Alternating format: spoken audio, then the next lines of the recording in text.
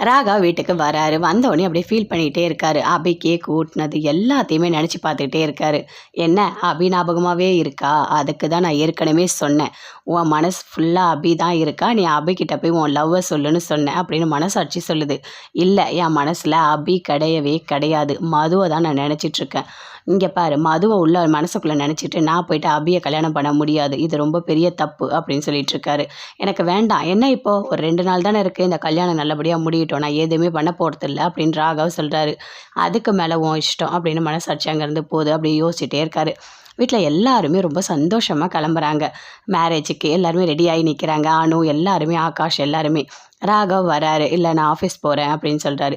என்ன, எதுக்காக நீ ஆஃபீஸ் போகிற? நீ அபியோட கல்யாணத்துக்கு கண்டிப்பாக வரணும் அப்படின்னு பாட்டி சொல்கிறாங்க.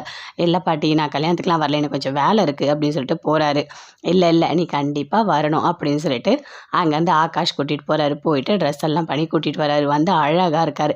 எப்படி ட்ரெஸ்ஸு நல்லா இருக்கா அப்படின்னு சொல்லிட்டு கேட்குறாரு. ஆமாம்மா, ட்ரெஸ்லாம் சூப்பராக இருக்குது அப்படின்னு பாட்டி, அஞ்சலி எல்லாருமே சொல்கிறாங்க. சரி வாங்க அப்படின்னு சொல்லிட்டு எல்லாருமே சேர்ந்து அபியோட மேரேஜுக்காக போகிறாங்க. போனவுடனே அங்கே ரூமுக்கு போகிறாங்க. போயிட்டு அபியை பார்க்குறாங்க. அனு, அபி சூப்பராக இருக்குது அபி, உன் ட்ரெஸ்லாம் அழகாக இருக்குது அப்படின்னு சொல்கிறாங்க. நல்ல வேளை நீ வந்தியா, போன வாட்டியும் நீ கல்யாணத்துக்கு வரல, எனக்கு ரொம்ப கஷ்டமாக இருக்குது, இந்த வாட்டி நீ வராமல் போயிடுயோன்னு நான் நினச்சேன் அப்படின்னு அபி சொல்கிறாங்க. அதெல்லாம் ஒன்றும் இல்லை அபி, நான் ரொம்ப சந்தோஷமாக தான் இருக்கேன், சரியா, நான் எப்போவுமே எல்லாத்துக்குமே வருவேன் அப்படின்னு சொல்லிட்டு அனு சொல்லிகிட்ருக்காங்க. அம்மா அப்பா எல்லாமே ரொம்ப சந்தோஷமாக இருக்காங்க, அது போதும் அப்படின்னு சொல்லிட்டு இருக்காங்க. ஆமாம் அபி, ட்ரெஸ்லாம் அழகாக இருக்குது அப்படின்னு சொல்லிட்டு அவங்க அம்மா, அத்தை எல்லாருமே சொல்லிகிட்ருக்காங்க. மேடையில் மாப்பிள்ளை உட்காந்துட்ருக்காரு. அப்படியே ராகவ் பார்க்குறாரு. எதுவுமே பேசவே இல்லை.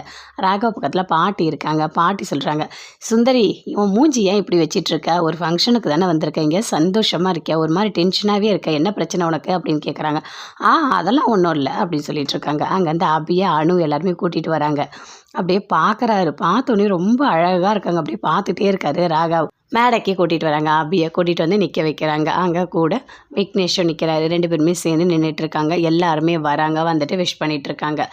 அந்த நலங்கு எல்லாமே வச்சிட்ருக்காங்க. அது எல்லாமே அப்படியே எதுவுமே பேசாமல் ராகவ் பார்த்துட்டே இருக்காரு. ஆனால் மனசில் ஒரு கஷ்டம் இருந்துகிட்டே இருக்குது. அப்படி பார்க்குறாரு. அபியே பார்த்துட்டே இருக்காரு. சரி வாங்க எல்லாரும் போகலாம் அப்படின்னு சொல்லிட்டு பாட்டி எல்லாருமே போகிறாங்க. போயிட்டு நின்றுட்டுருக்காங்க. அங்கே அஞ்சலி மேடையில் நின்றுட்டுருக்காங்க. அப்போ போகிறாரு. போயிட்டு சொல்கிறாரு, அனுவோட ஹஸ்பண்டு, அக்கா நீ போக்கா, நீ ரொம்ப நேரம் மேடையில் நிற்க வேண்டாம், நான் பார்த்துக்கிறேன் அப்படின்னு சொல்கிறாரு. சரி அப்படின்னு சொல்லிட்டு அஞ்சலி இறங்கி வராங்க. அனு கூட நிற்கிறாரு. அவங்க வீட்டுக்கார் 2 பேருமே சேர்ந்து நின்றுட்டுருக்காங்க. என்ன அனு, இதே மாதிரி இன்னொரு வாட்டி கல்யாணம் பண்ணிக்கலாமா அப்படின்னு சொல்லிட்டு கேட்குறாரு. இப்போது எல்லாருக்கும் பிரச்சனை நம்ம கல்யாணம் பண்ணது இல்லை, நீங்கள் பண்ண முறை தான் அப்படின்னு சொல்கிறாங்க அனு. சரி நீங்கள் மேடையில் டென்ஷன் ஆகாதீங்க, நான் சும்மா ஒரு விளையாட்டுக்கு தான் கேட்டேன் அப்படின்னு சொல்கிறாரு. ஆகாஷ், அனு எல்லாருமே சேர்ந்து ரொம்ப சந்தோஷமாக நின்றுட்டுருக்காங்க. மேடையில் தேவையான எல்லா சம்பிரதாயமும் நடந்துக்கிட்டே இருக்குது. ராகவ் பார்த்துக்கிட்டே இருக்கார். சுந்தரி மட்டும் யோசிக்கிறாங்க, இந்த கல்யாணம் கண்டிப்பாக நடக்காது அப்படின்னு சொல்லிட்டு 2 பேர்கிட்ட மாலை கொடுக்குறாங்க. மாலை வந்துட்டு அபி போடுறாங்க. அதே மாதிரி அவரும் போடுறாரு. 2 பேருமே சேர்ந்து மாலை மாற்றிக்கிறாங்க. மாலை மாற்றிக்கிட்டோன்னே சரி எல்லா சம்பிரதாயமும் அப்படியே ஒன்று ஒன்றா பண்ணிகிட்டே இருக்காங்க.